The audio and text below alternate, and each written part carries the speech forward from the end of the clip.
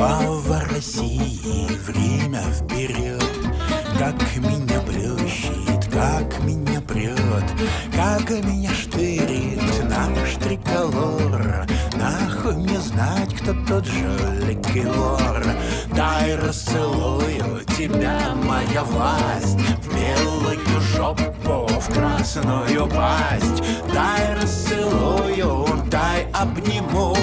Все, что ты делаешь, все по уму.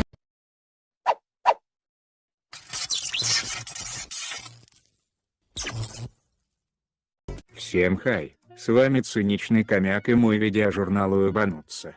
Видеожурнал «Уебануться» — это обзор происходящего в Республике Приколов, слова главных действующих лиц и здоровая нотка скептицизма. И я начинаю.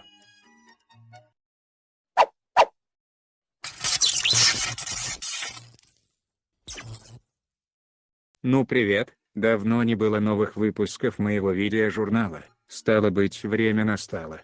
Робоспикер Усачев посетил Вуктыл и, как полагается, попиздев ни о чем с местными чиновниками и бюджетниками, разосрался мощным постом в социальной сети ВКонтакте.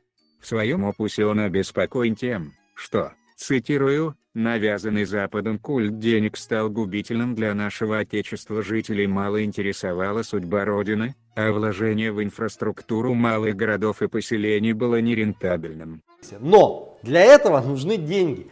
О том, что именно им возглавляемый Госсовет и должен распределять финансы на важные срочные объекты и участки, робоспикер почему-то умолчал. Более того, отказаться от своей почти миллионной зарплаты в месяц в пользу Вуктыла или других малых городов робоспикер тоже от чего-то не решился.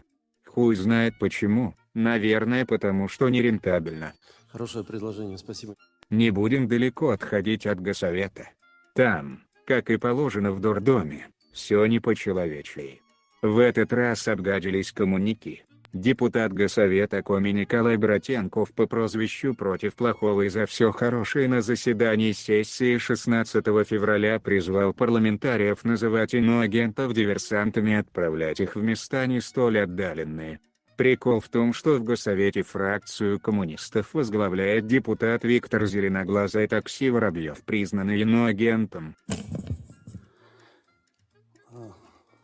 После выступления депутата Климушева я бы сказал, что, может, в это неспокойное время, которое уже президент называет войной, пора сразу длинную фразу заменить на короткую «диверсант» и послать их в места не столь отдаленные.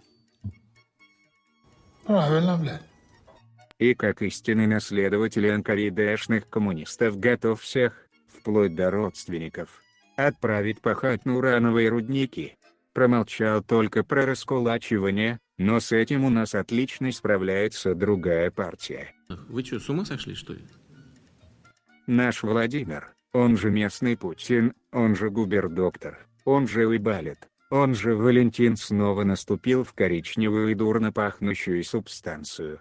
Точнее, наступил он в нее давно, а сейчас потихоньку наступает развязка. Дело в том, что Уебалит имеет имущество в Чехии, а это государство входит в блок НАТО. Это тебе не мелочь по карманам тырить.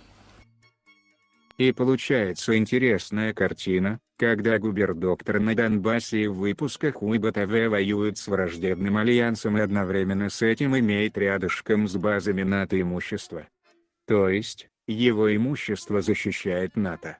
Такой вот интересный патриотизм получается.